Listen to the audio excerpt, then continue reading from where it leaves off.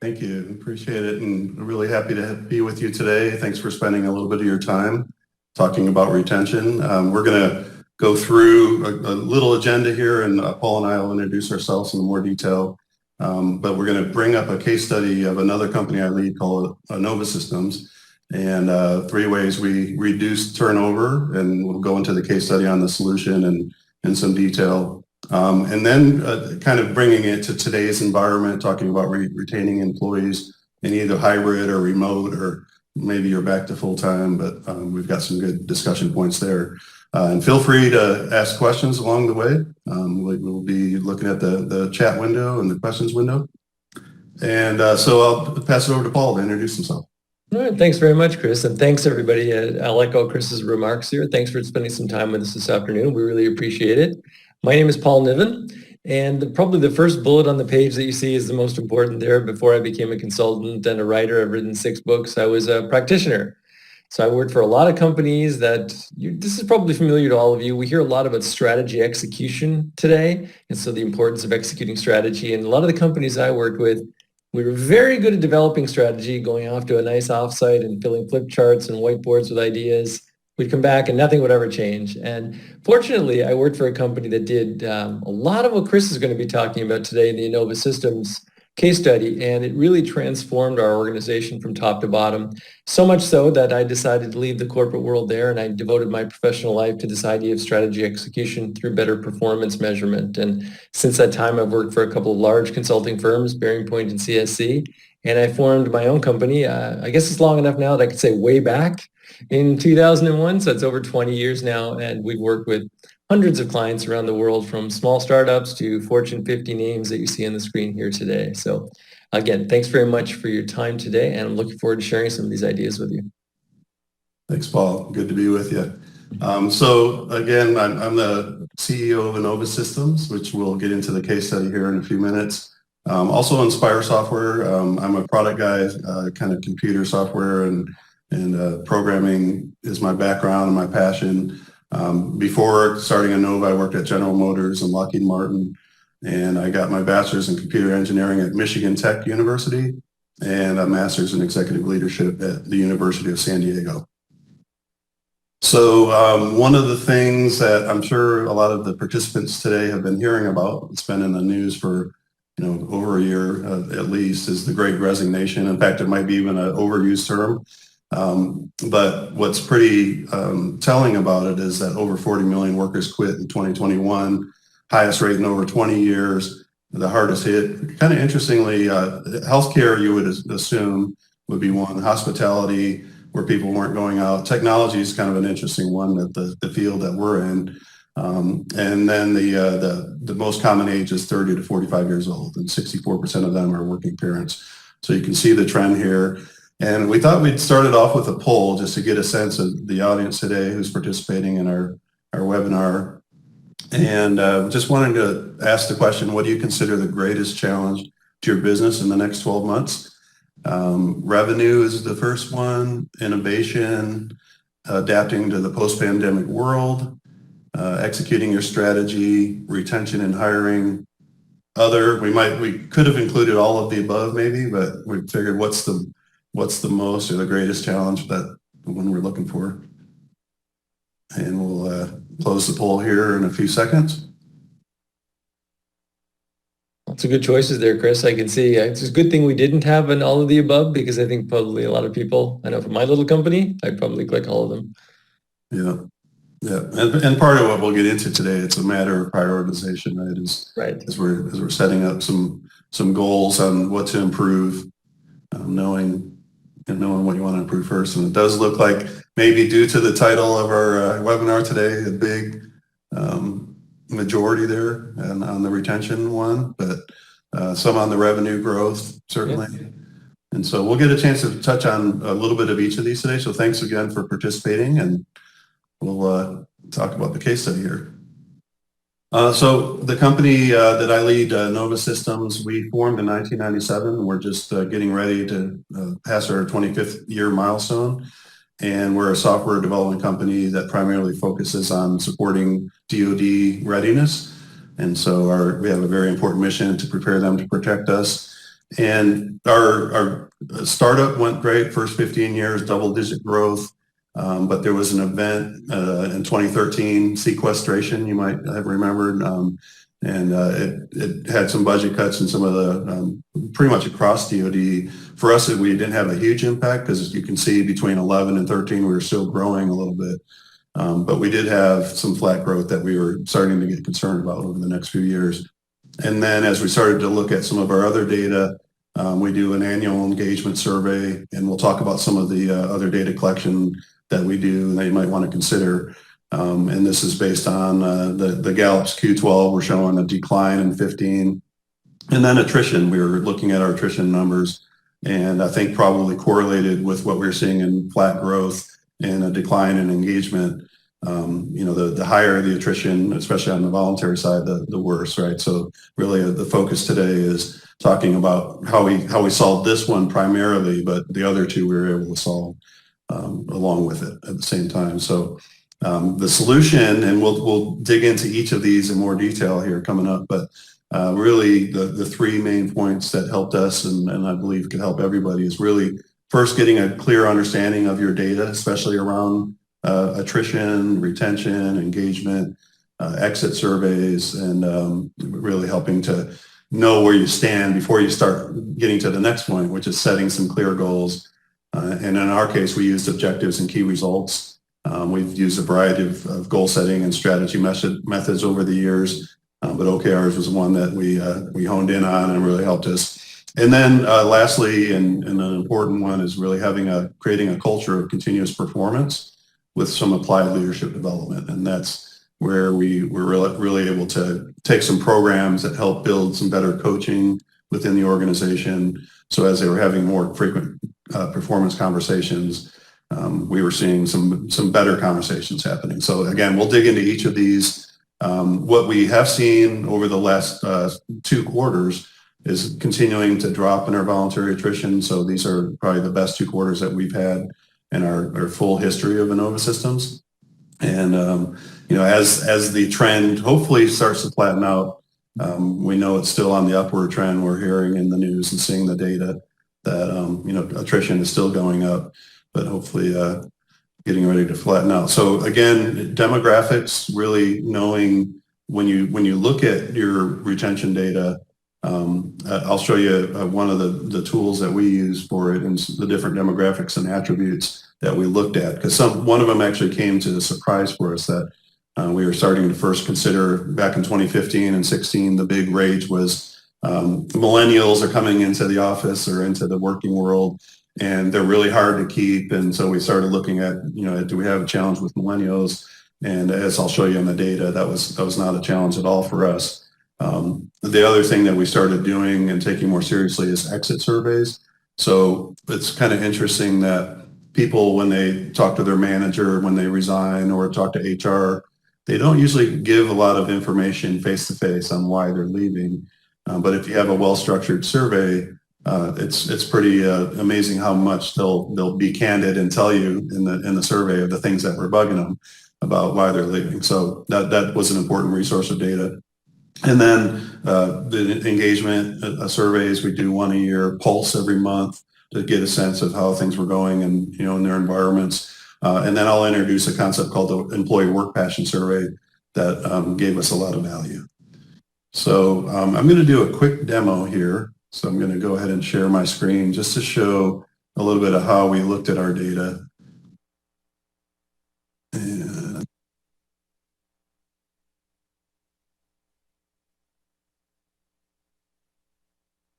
one of these cards, so I can click on it. I hope it's not giving me control.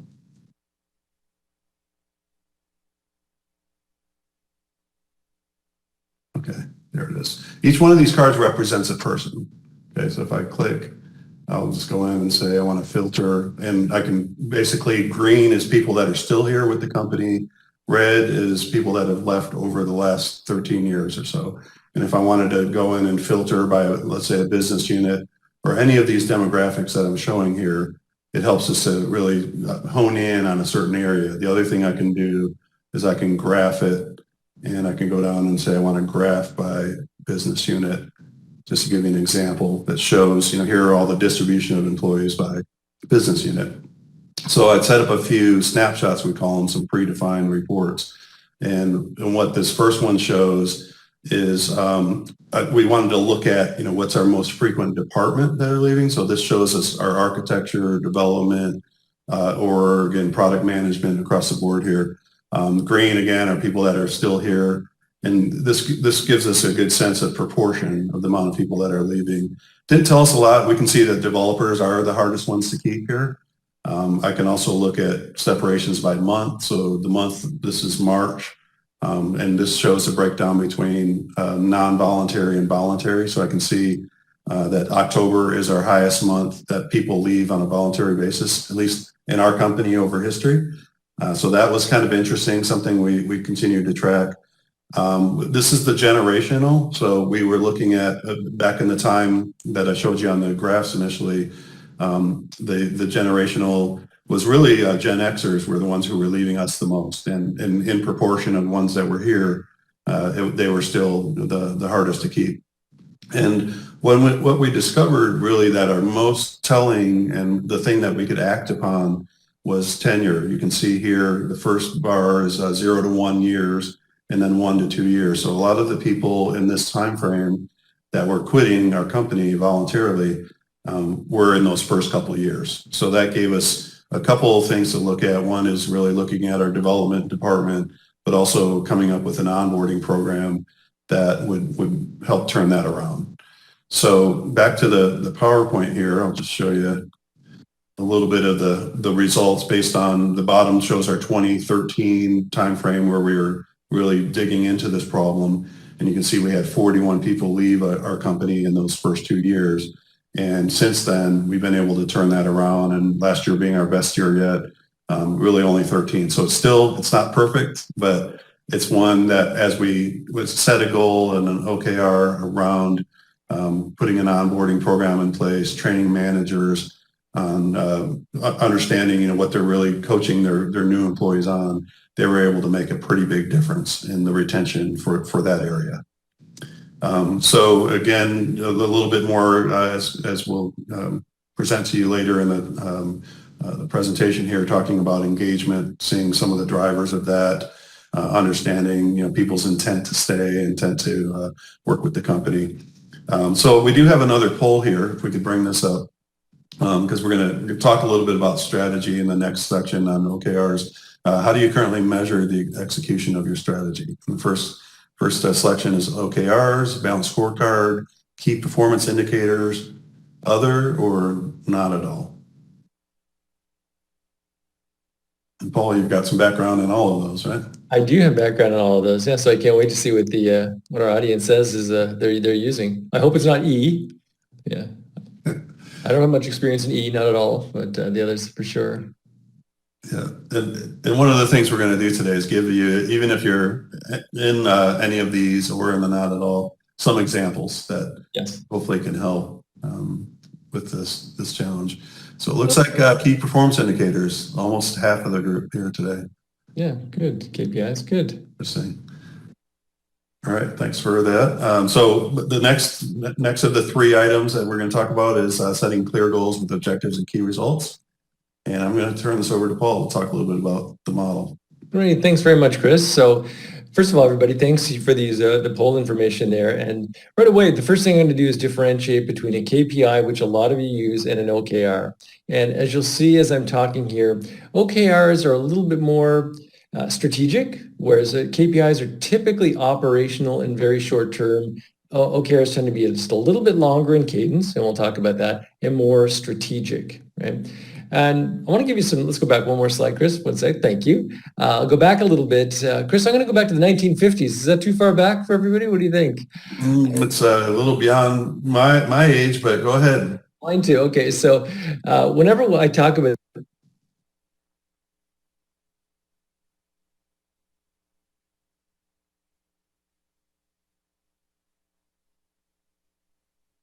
are using it, so you might back then, a gentleman named Peter Drucker, really well-known management guru, came up with an idea called management by objectives. And he just said that every year, every manager should write down his or her goals, should update them throughout the year, really, kind of a common sense idea, and this idea of MBOs, which you still hear today, by the way, don't you, Chris? We still hear that acronym today, became very popular, but a lot of people did not implement the system the way Drucker suggested, and it kind of fell out of favor. In the 1970s, a gentleman named Andy Grove from Intel picked up on the idea, and he said, well, Drucker is just suggesting that, managers or teams should determine their objectives, what they want to do, and they should hold themselves accountable for results. And he called that a key result. So that's basically the OKR system. It's an objective. What do you want to do or aspire to do? And then a set of key results that you use to hold yourself accountable for success. And from there, the model has gone on to become remarkably popular. It was mostly popularized and I guess revolutionized by a book called Measure What Matters that came out, I think, in 2016 by a gentleman named John Doerr, a well-known Silicon Valley venture capitalist who introduced the idea of OKRs to Google way back in right around their founding. And they still use OKRs at Google to this day, and now tens of thousands, probably more organizations use OKRs. And I had to jump on the bandwagon. I co-wrote a book on OKRs as well. So that's a little bit of background on the model. Chris, we can go ahead now.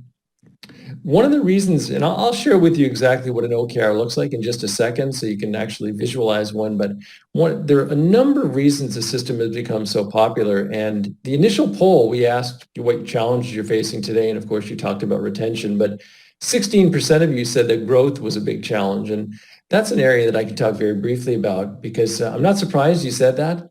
If you look at strategic plans across the world, and virtually every company has some kind of strategic plan, 90% of them have some reference to growth. And the only thing that surprises me there is that it's not 100, right? We should all want to grow. But sustaining profitable growth, even in so-called high growth companies and industries, is hard. People study this and they find very, very low growth rates. And one of the reasons for that is that as companies, and you all know this, especially if you're in a successful company, you're getting bigger, things are going really well, you just have so many opportunities. It's harder and harder to focus on what really matters to drive your growth going forward. And that's where OKRs come in. It's a really good system for isolating what matters most right now. And again, that's how we differentiate OKRs a bit from KPIs. You could have, if you're a big company, you could literally have hundreds of KPIs, but not so with OKRs. What we're trying to do with OKRs is isolate what are the most important things we think we can do to move our strategy forward. So really helpful with growth. And I'm going to talk more about employee engagement in just a little while as we wrap up Chris's case study. But one more here, organizing to meet new realities. I bet all of you now have, are at any given time, you're restructuring, maybe moving to more of a team-based approach. One study I read that said that at any given time, about 45% of companies are restructuring. And what do we want? Why are we doing that? More alignment, more cross-functional collaboration. And OKRs fit in very nicely there because when you write an OKR, one of your first challenges is to determine whose help in the organization do I need with this? So OKRs really facilitate cross-functional collaboration and transparency. So a lot of reasons OKRs are really successful. All right, Chris? So let's look at one so I can, for those of you who are new to this idea, we can actually visualize what an OKR looks like. And just defining the terms, really simple. And this is one of the reasons OKR has become popular. It's a nice, lightweight framework. It's not very heavy with terminology. Just objective, which is a statement of a broad qualitative goal designed to propel the organization forward in a desired direction. So even more simply, what do we want to do? And instead of organization there, you could say team or department, even individual. What is it you want to do? What do you aspire to do? And then a key result is a quantitative statement that measures the achievement of a given objective. So just simply how we know we've met the objective. So an example here we've got on the page, the example objective is improve retention in order to reduce turnover costs. So that's a timely example given what we're talking about today. So that's the objective. That's what we want to do. How do we know we've actually done that? Well, we want to demonstrate that through the achievement of key results. And we have 4. Implement a new onboarding program by July 10th. We call that a milestone key result because it's a big activity that we think is very important. So we'll do that by July 10th. Increase employee career development training from 10 to 20 hours per quarter. Increase retention from 80% to 90%. And then hopefully if we do all that, we'll reduce turnover costs from $4 million to $2 million. So you can see how the key results kind of tell a story of success there.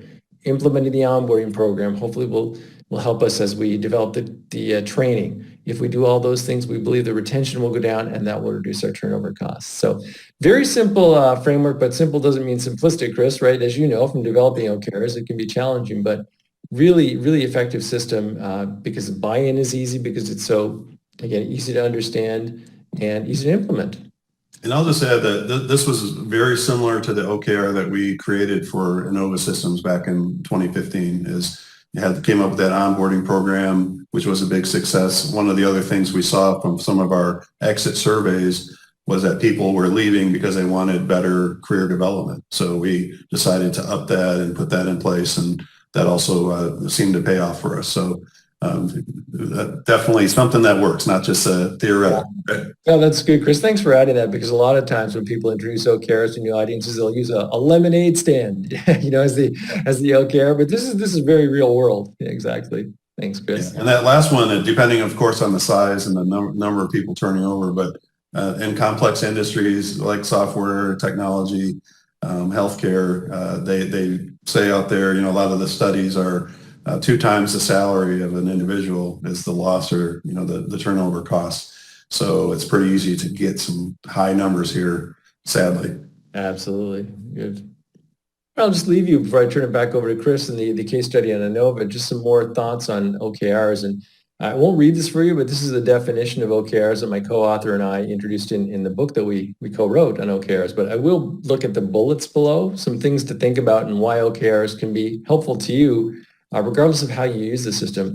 Critical thinking framework. What we see with organizations that really excel with OKRs, like Chris at Innova Systems, is they use the numbers. It's great. They have targets for key results, but then they go beyond the numbers every quarter and start asking, what did we learn? What assumptions did we have going into this quarter? What happened? What roadblocks came up? A great way to learn. And I mean, if you read anything out there in the world about who is going to be successful in the next 10 years or 20 years, the answer always is companies that can outlearn others faster. And OKRs can help you with that. It's an ongoing discipline. And one of the challenges with a lot of performance measurement systems is that you tend to set goals at the beginning of the year and that's it. Maybe you review them 6 months or 12 months later. A lot of organizations with OKRs use a quarterly cadence. Some, like Chris can talk about, use a 4-month period.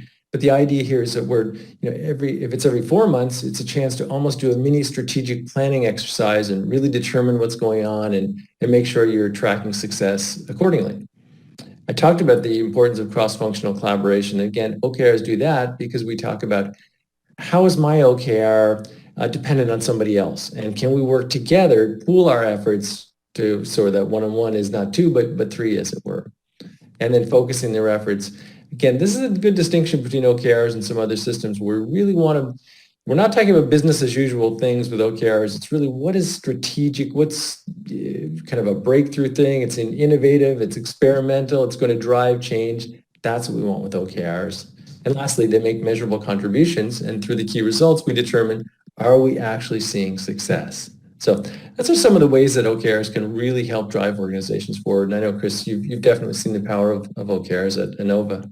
Yeah, absolutely. And I'm just going to go back to this slide real quick to talk just a little bit more about onboarding. When we, again, saw that high attrition at those first year or 2 of employees, what we decided to do was put a survey program in place that caught them after their 10th day of hire. And then ask questions around how was your first day experience? Did you get enough time with HR? Did the recruiter explain the job well to you? So you're catching some information and data right off the bat, within their first 10 days. So if there's any flags at that point, you can quickly correct them. And in the early days we did. We were able to turn those around, and employees really appreciated that.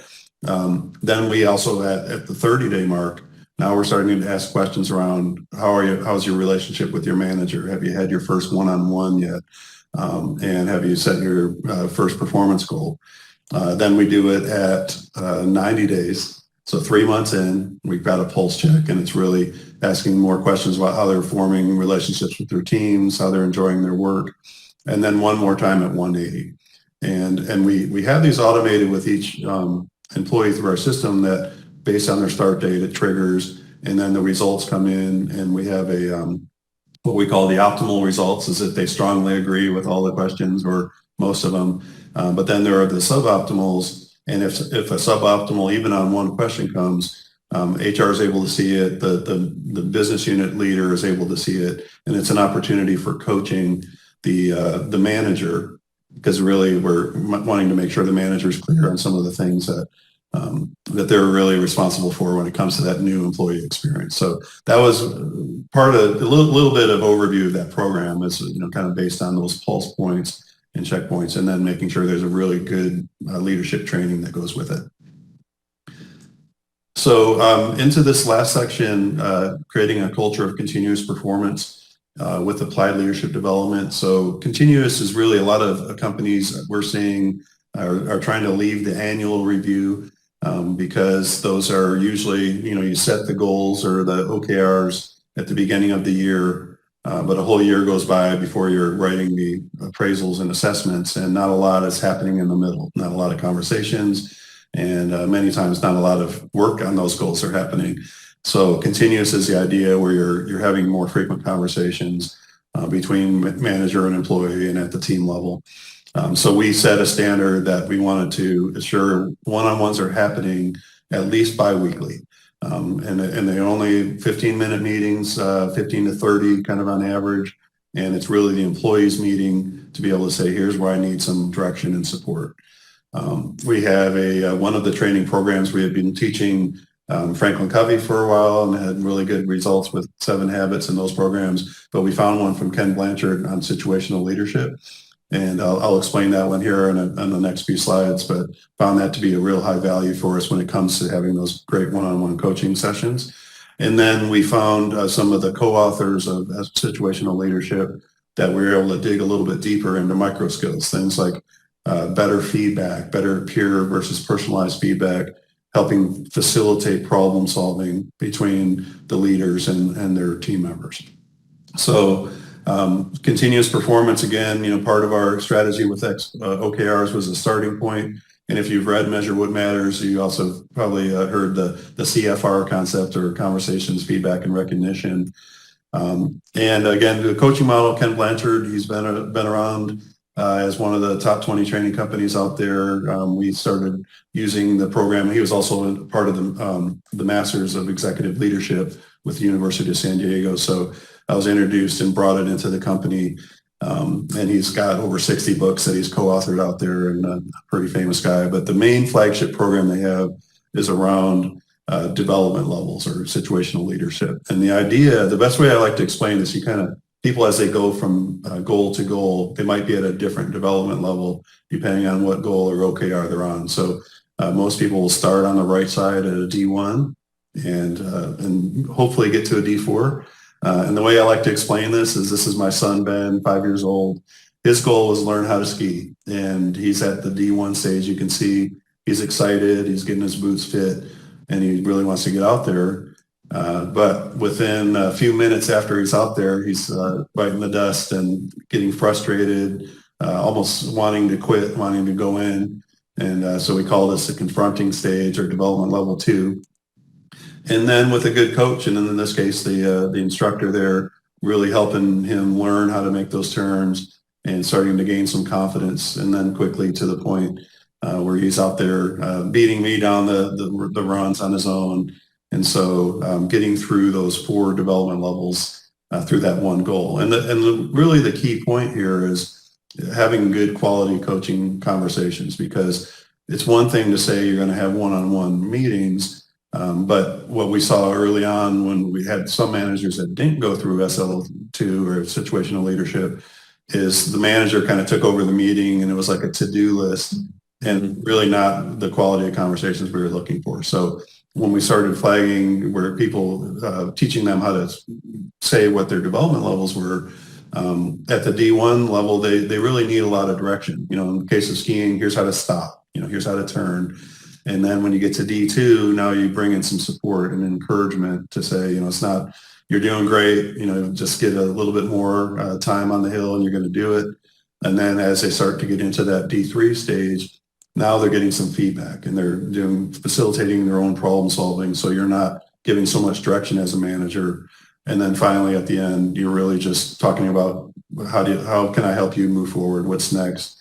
And so a lot of managers, there's been some studies that they primarily have one leadership style, and they're either heavy on direction, which can be considered micromanaging if they're at the D3 and D4 stage, or they delegate when somebody needs direction. So being able to just quickly and easily flag your OKRs on which of these stages you are gives the leader a really good insight into how to balance the type of direction. And we found that from the surveys, people, after we implemented this, employees were very appreciative of the better conversations that they were having with their leader. So again, at the heart of our model for continuous performance is conversations, frequent, monthly. Some of our clients come on and they haven't been holding one-on-ones in the past, so it's a little bit of a change management to say everybody's going to start doing this biweekly. But if you start either at least once a quarter to get to monthly, and then gauge what's best for your culture, but at least again you're doing several per year, giving some good peer feedback. And then recognition, and we like to approach recognition with more of a gratitude approach. So we don't really believe in incentives and things, but it's more around appreciating people and spotting when performance is great and being able to thank them for their contributions. And the cycles that we're able to set up are starting, like we do ours, as Paul mentioned, every 4 months. Some of our clients do it quarterly, some do it twice a year. But having a cycle where at the beginning you're doing your planning on OKRs and goals, setting expectations clear up front, then the bulk of your time you're going through performance coaching, and whether it's through the quarter or through the period. And then at the end of it, it's really a lightweight self-assessment and appraisal because you've been having these good conversations along the way. And there's really not a lot of surprises or a lot you need to talk about. Really, you're just kind of acknowledging, here are some of the key accomplishments we've had. Step back and look at your OKRs. What do we need to do in the next cycle? And the cycle continues and continues to build. Chris, is that feedback you've received? Because we hear that, I know I hear that a lot from clients, that the last thing people want is surprises at the end of the year. So is that feedback you've gotten through implementing this at Innova, where people saying, yeah, whether it's good performance or bad, you're on top of it? Yeah, absolutely. More real time. I think feedback is best given and received on a real time where somebody just did something that they need some course correction on. It's kind of like, you take that skiing goal, you don't want to get it months later, right? You want it in the time, and you don't really, I think when you're at that D2 stage, you're wanting more direction than you want recognition. Sure. Right? You want to know how, not so much great job or, that type of approach. All right. So, and then the thing we also wanted to make sure, as a software development company, we decided to put our skills to work and create a software app that helped put all this together, because a lot of times as we were investing in leadership development, people would be really inspired by the courses, but then I'd go around as CEO and see how people were applying it. And it was kind of like, they forgot it all, right? They had some paper PDF files that the course provided. Some of them tried to fill out, the SL2 diagnosis and stuff. But really, for the most part, our employees were not using it 3 to 6 months after the course. So that's what I was really looking for, is some return on investment on that leadership and seeing people use it. And so our app, we created a simple tool that allows people to flag their goals and has their one-on-one conversations, either in a mobile way or on Zoom. And it just allows people to have a good reference point to talk about, these are the OKRs that I'm currently working on. Here's where I need help. You can see in the agenda there, it's like, the employee sets the agenda. What should my priorities be this week? And real simple, but just a way to have a cadence that progress is being made, and people are getting the feedback if they need any course correction. All right, and with that, with the OKRs, we set some good revenue targets that we've been over the last 4 years really hitting and seeing back to double-digit growth. So that's helped a lot. And now I know, we're in this hybrid world, and a lot of us are seeing some challenges with what's the best balance of bringing people back into the office. Fortunately for us as high tech, we're able to be pretty productive on our computers and Zoom. So we're seeking finding the right balance right now. But we would like to ask you guys the poll here, another one coming up, on how would you rate the level of productivity during the pandemic? Improve, decrease, or no change? So and this one's kind of an interesting one. It's I think based on the industry, you might have seen improvement. I think I'm very curious because we hear, I know from the clients that we work with, we hear a lot of people improved or no change at all. So it's interesting to see what this group thinks. Yeah, I think from a lot of employees' perspectives, it's certainly improved. And Sure. wanting to continue that remote, and in some ways, I mean, if you look at productivity as the amount of hours on task, or the amount of release that you're getting from our industry, the number of user stories and requirements that are getting completed, that could be looked at as part of the productivity picture. That certainly improved. So just waiting for results here. Results, yeah. There we go. Yeah. So it does look like the majority have seen an improvement, and just a small amount saw some decrease, and 33 the same. Yeah, I think that's probably consistent with what we're seeing in the world with our clients, at least, Chris. Yeah. So that could be a good thing. I think it's a great opportunity for businesses as a whole.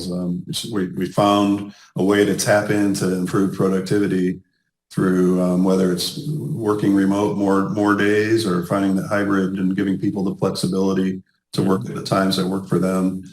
One of the things we saw, and I think that helped us through keeping our retention high and our engagement high, was really just asking people, are they ready? Are they willing to come in and give it a try? It wasn't like some other companies out there have said, all right, we're all going to come back. We're assuming you've resigned if you don't show up on Monday. We've probably heard some news about that, and I'm not sure that's at least in our company, and probably wouldn't have gone over too well. So we're just again asking, and we held the communication cadence pretty frequently all throughout the pandemic, at least bi-weekly. As things were happening and our customers, what was going on. But the other thing that I believe also helped us was we created a leadership syllabus. And it had an OKR around that for hybrid work. And there's a lot of great content out there. I know Blanchard's got some. We've got LinkedIn Learning is one subscription that we have for all of our employees. And there's a ton of great content on it from that perspective. So Paul, you want to talk a little bit about engagement? Sure. It's one of my favorite topics. There was a bubble on the slide I had about OKRs, about engagement, that we said we would save for now. And just before I do that, just a reminder to everybody too, please type any questions you have on anything you've heard today into the Q&A box. Chris and I are anxious to answer your questions. But engagement. So probably don't have to tell this audience much about engagement. You're obviously all probably very well schooled in it, but let's start by kind of defining the terms. And there's no real set answer, I guess. Through the Gallup Q12 that you mentioned, Chris, there's some definitions out there of engagement. But I think we all know engagement when we see it. And I'm going to give an example. A long time ago, I lived in Southern California for a long time, and I had a client there that owned some fast food restaurants, a small chain of fast food restaurants. And I was out with one day with the CEO for lunch, and it was kind of like pre-undercover boss kind of days, Chris, that he would like to show up at the restaurants and just see how things were going. And we were sitting in the restaurant right around lunchtime, so it was really, really hectic, really busy. And we noticed this one small family with small children not far from us, and what it's like, Chris, with small kids, what it can be like. It was kind of crazy and hectic, and you could tell the kids were unhappy. And this one employee came out, and obviously it wasn't his job. He was just there to look like he was picking up trash and things off the ground, that sort of thing. And he went over and he sort of, I don't know what he was obviously a magical character. He was somehow charming the kids and singing them a little song, bringing them back. And I'll never forget the CEO turning to me and saying, "That's engagement in action," right? And that left a real mark on me, because to me, that typifies what engagement means. That person had probably almost an emotional bond or commitment, not only to the company, but to its customers, right? Really care about the customers. And to me, I think that's a good working definition of engagement. And so, is that the case with all employees in every workforce? Well, sadly, no. If you look at the second bullet there, which ironically is in green, when it's not really a good thing, is it? If you look at the engagement surveys that Gallup has done over the years, about 73% of employees are disengaged or actively disengaged. And it's those on the far out end of the extreme that are really actively disengaged that cost companies a lot of money. We're suggesting here $450 to $550 billion a year in lost productivity. And we're not turning this into a commercial for OKRs at all, but another way that OKRs help with this, and Chris, I think you could probably talk about this, is that when we create OKRs, whether you're part of a team or an individual, the idea is not to write down an OKR, put it in a system somewhere and forget about it. The idea is to have a discussion. So if I report to Chris, for example, I write my OKR, we sit down and Chris would say, oh, help me understand why you did this. I would have assumed maybe you were going to focus your efforts here. This is really interesting.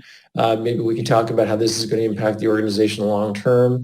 I know this seems common sense, but as Chris alluded to earlier, a lot of times these conversations don't take place. So this is exciting to me. We're seeing it's still relatively early in the OKR days for a lot of empirical research to build up, but we are seeing clients at organizations that use OKRs well getting a bump in engagement. And I think that's why. Everybody wants, I think, Chris, you'd agree with this, everybody wants to work in a company where they know where the company is going, the strategy, and they know how they fit in. And OKRs give them the chance to define that contribution. So it's not going to solve the employee engagement challenge maybe, but I think it's a big help. Yeah, and I think, as we form strategy, it's important that you're not just going after revenue goals. You really, want to look at, I think the balanced scorecard background that you have, Paul, really provides, some insight into setting good OKRs as well, right? Because you want to look at customer improvements, you want to look at process improvement, as well as the culture and learning. And so we as we start our strategy process every year, we poll our employees on like a SWOT analysis, strengths, weaknesses, opportunities, threats, to get their voice into the strategic planning. And of course, we balance that with what our customers are looking at and what our competitors are doing. But making sure that employees have a voice, I believe, when you roll out the strategy and they see that some of their ideas are there, then they're more likely to engage. No, Chris, and you're right on it. We have a question coming in through the chat, to the Q&A box now. To what do you attribute the disengagement, right? So we've talked a lot about it, but I'd love your opinion on this, Chris. But what I have seen, I could bore the audience today with statistics all day about the percentage of employees in the typical organization that can name even 3 of their company's top goals. Not just employees at the lower levels, but even when you get to managerial and sometimes senior management, the numbers are astoundingly low. It's consistently stubborn. Around 15% of people can name at least 3 goals of the company. And I think that's one of the reasons for disengagement. And Chris, as a CEO, and you do this very well, it's so incumbent upon them to develop a strategy or a vision of where they want to go and then communicate that widely so that people say, okay, now I know where we're going. And then through the processes that you described here today, Chris, give them a chance to demonstrate their contribution. So I think that's one of the major reasons we see disengagement is people, I don't know where the company's going. I don't see how I fit in. I'm not being communicated to. I'm not getting any feedback. Your thoughts on that, Chris? Yeah, I think so. It's really, meaningful work is important. They want to understand no matter what the job is, that their work's got a good purpose and they've got a connection to that. We also look at motivation as another one of our leadership programs that we work with Susan Fowler, great author, and also co-authored some of the Blanchard material, and giving people a choice. It's not everything's dictated, but we give them an opportunity to align to what do you think you can help contribute to in the company. And you're not all required, but having a choice is part of motivation. And then the fact that they feel like they're growing in their career and they're building competence, they're building skills. I think those are really the 3 aspects of connection, choice, and competence that people will be more engaged and more motivated. That's what we found. Great. And as we implemented this, again, it's been a great story for us on the engagement side. And this is based on a high level. So I've got these are scores right out of the Gallup Q12, which I kind of attribute, I guess, because we've been doing this for so long. It's nice to have the ability to kind of go back and look at this trend over time and see it's going up and down and where we're at. And what we'll normally do when we ask these questions, and you can kind of see in the Q12, it's around things like, I know what's expected of me. I've got the opportunity to do my best. So we get a general sense of how people are feeling, but we like to dig a little bit deeper. And so we have another survey that we've worked with, again, Susan Fowler and Dr. Jay Zagarmi, who have been associates with Blanchard, and they've got this employee work passion survey. that takes these three dimensions around relationships. So you can see, are they getting the feedback? How do they feel connected to the leader? A job dimension, do they have meaningful work? Do they have a good balance of workload? And then the organizational dimension, do they see fairness in the organization? Are people being treated fairly? Do they have opportunities for growth? And this survey that it asks, it's not just one question for each of these 12, like the Q12 is. They really ask it in a few different ways to assure they're getting good quality data from it, and they're able to derive intentions from the results of the survey. The first one, which is really key to retention, is their intent to stay. So I can see as an organization, here are the numbers for the number of people and their propensity to want to stay with the organization. But I could also dig down into certain business units and say, this business unit or this department has an issue, and one of the things when we were talking KPIs earlier that I just wanted to mention is we use KPIs as well, and a lot of our clients do. And it's an opportunity as you're reviewing them, when you see them go into the red and in one area, like in our case, onboarding, that's where, you want to turn that around with an OKR. So OKRs are intended to be X to Y, what are you trying to improve or where are you trying to go? And so in OKRs, they're much more, they're less frequent in the organization, and there's something you can really focus on to solve, something that might be going on with your KPIs. Chris, can I build on that? Because, pardon me, we had a question come in about, can we quickly review the difference between a KPI and an OKR again? And I think you just did, but just to reiterate for everyone, since so many of you are using KPIs, they typically tend to be more tactical and operational. And Chris, you just used the example of onboarding. Maybe through a pulse survey like this, you're constantly monitoring the onboarding process and people's perception of it and how good it is. So those are data points you'll always want to have. But whereas OKRs, as Chris mentioned, if suddenly the KPI is in the red, we're getting very negative feedback in our onboarding process, you might then have an OKR about developing a new process or taking it to a world-class level. And that would be limited in time. So it might be quarterly, in Chris's case, 4 months, where you're trying to get the KPI back to a green level. Good. So thanks for picking that up. Yeah, and another one we had, so we have a KPI around recruiting and actually several phases on recruiting. And I know that was one of the polls, high response rate of people challenged with that. And so there are kind of the gates that you go through from the recruiters getting people in to the interviewing process, to the reviews, to finally the offer. And we are seeing some of our KPI numbers low. So this year, our number one OKR that we set was we want to improve recruiting from X to Y. So we wanted to get 30 hires by the end. And we're at like 90% because what it did for us is it got the whole company to rally around this number one goal.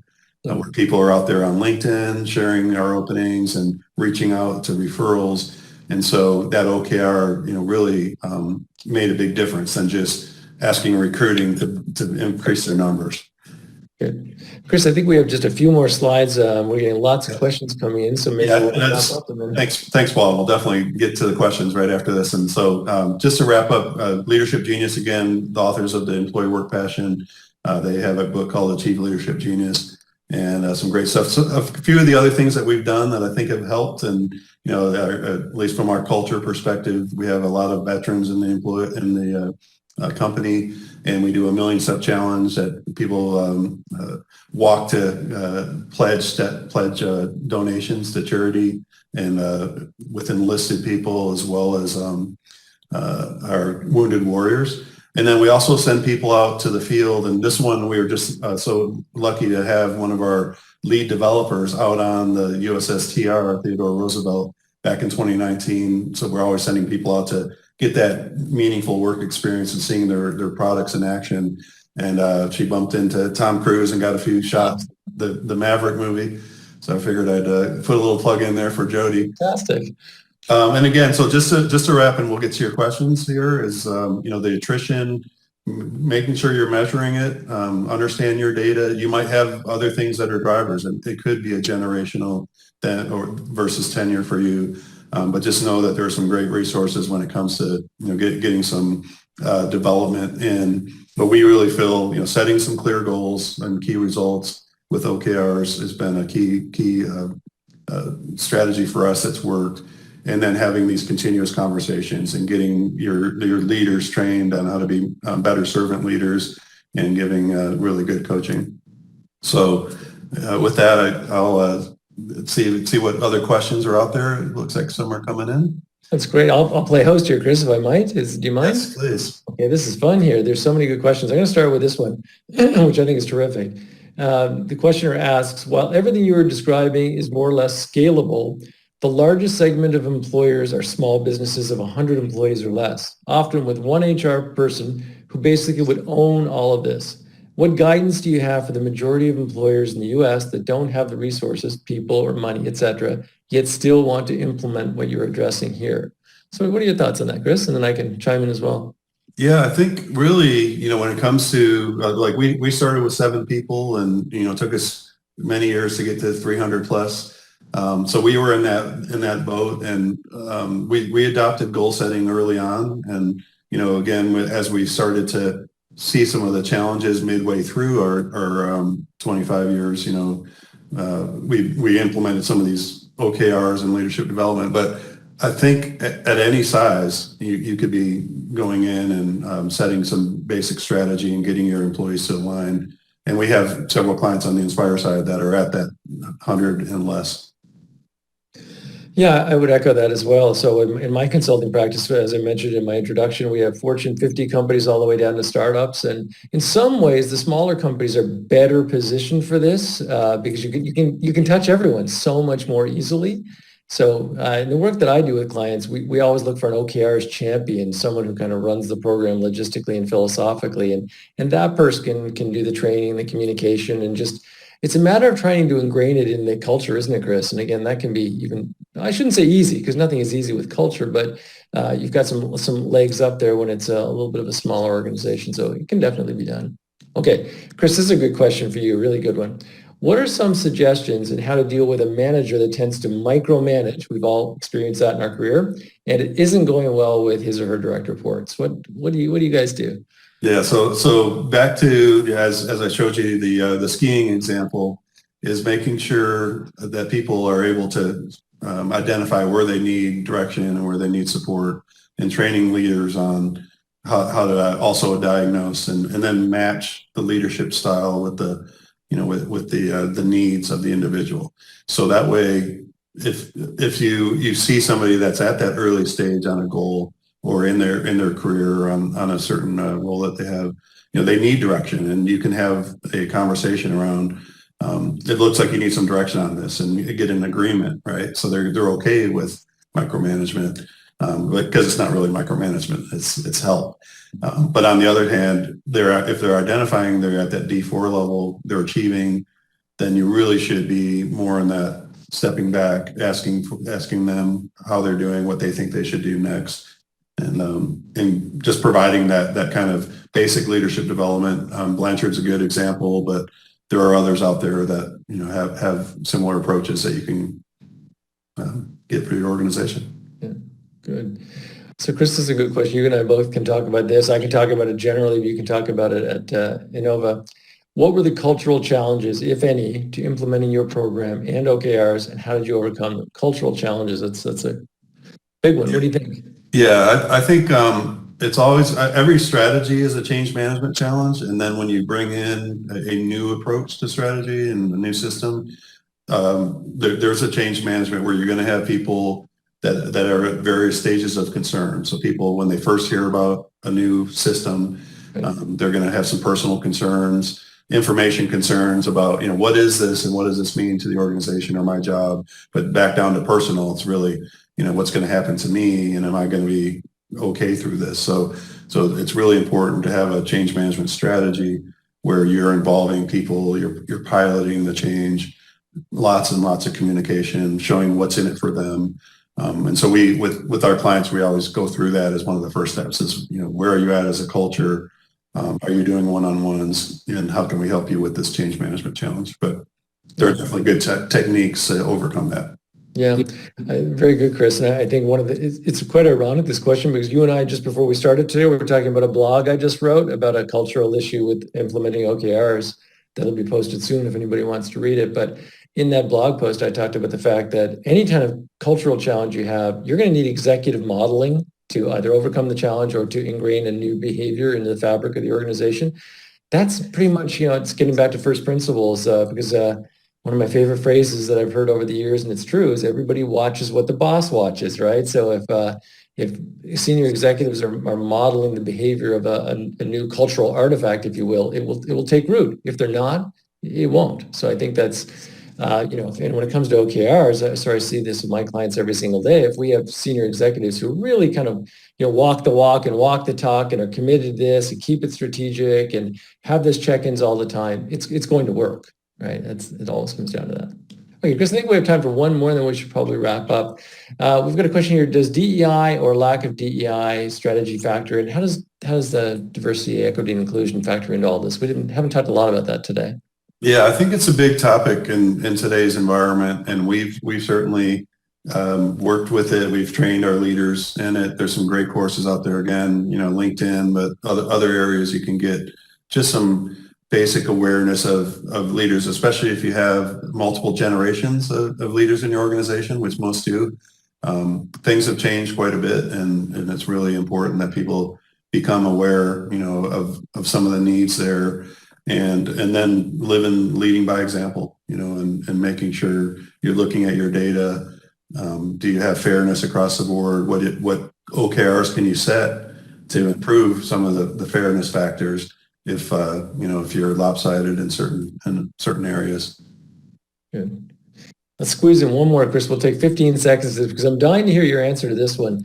What if you have an employee that is actively looking for a job and they tell you about it? That's so interesting. Do you have suggestions on how to help keep them? So how would you, if somebody came to you and maybe it's a star performer, this person didn't say that, but what if it is? What do you do? Yeah, I think it's a great opportunity to talk about, career planning and where can we, first of all, where do you want to go in the organization? And if there's not a spot that's open, let's set some goals or some targets around, being able to set up a position. But then I think it always comes back down to let's invest in some employee development for you to get there and give you some opportunities. And unfortunately, that can be a challenge in this day and age when there are lots of offers coming in at higher money positions and stuff. But if you really focus on the effort that you're investing in them and their development, you've got a connection to meaningful work. You've got those motivation factors of choice and competence. I think it'll you have a better chance of keeping them. Right. Well, we're at 1 minute too. So thanks everybody for joining us. Chris, thank you for this. This is wonderful today as always. I always learn a lot on these, so thank you. And I did see one asking about the slide deck, which is going to be posted, and the recording of this will be available if you want to share it. We encourage you to do so. We'll do a follow-up. And again, we really appreciate everybody's time. Hopefully this was helpful. This was one example. I kind of knock on wood when I say we've had our best 2 quarters in retention that we've ever had because none of these are a magic bullet or a silver bullet, but we hope to continue the trend with some of these techniques. Good. Thanks, everyone.